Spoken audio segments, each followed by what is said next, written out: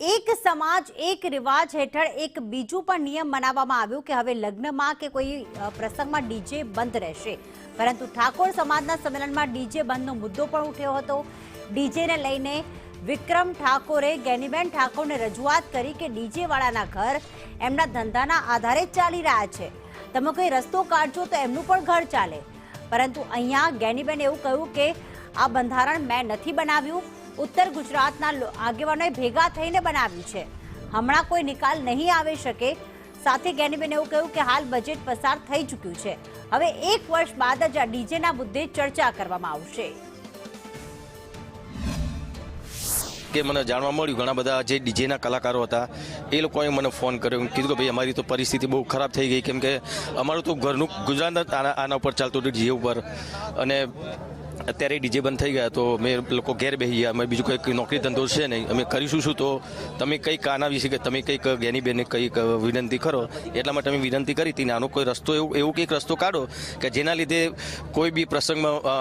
DJ હોય ના હોય, કોઈની પરિસ્થિતિ હોય પ્રમાણે ડીજે મંગાવો, અને મંગાવો તોય બી એનો ડીજેનો અવાજ ઓછો રાખે અને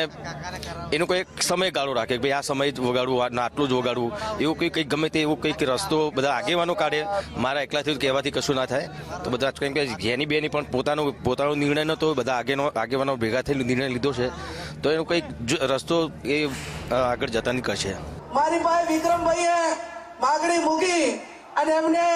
વાત કરી કે બેન આ ડીજે વાળાની એમની માગણી છે, એટલે હવે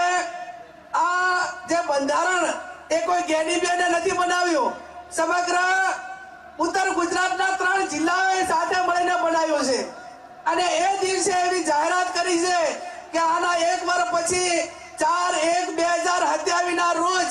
જ્યારે એને 1 વર્ષ પૂરું થાય અને એની ઉજવણી થાય એ ટાઈમે ચર્ચામાં મૂકીશું, અને એમાં તમે પણ બધાએ આવજો।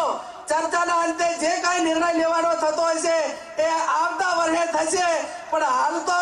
મેં કીધું એમ કે આ બજેટ પસાર થઈ ગયું છે, એટલે હાલ